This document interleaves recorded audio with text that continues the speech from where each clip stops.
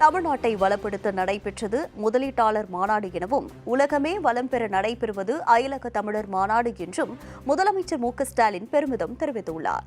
அயலக தமிழர் தின விழாவின் 2ஆம் நாளான இன்று எனது கிராமம் திட்டத்தை முதலமைச்சர் மு ஸ்டாலின் தொடங்கி வைத்தார்.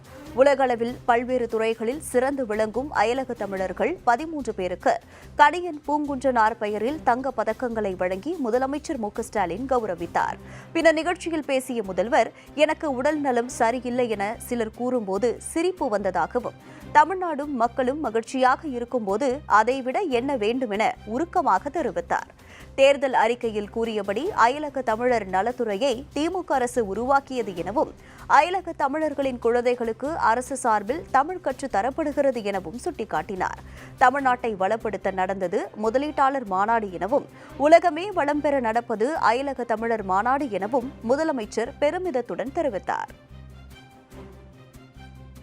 அண்மையில் இதே அரங்கத்தில் நடைபெற்ற உலக முதலீட்டாளர் மாநாடு என்பது தமிழ்நாட்டை வளப்படுத்த உலகமே திரண்ட மாநாடு என்று சொன்னால்,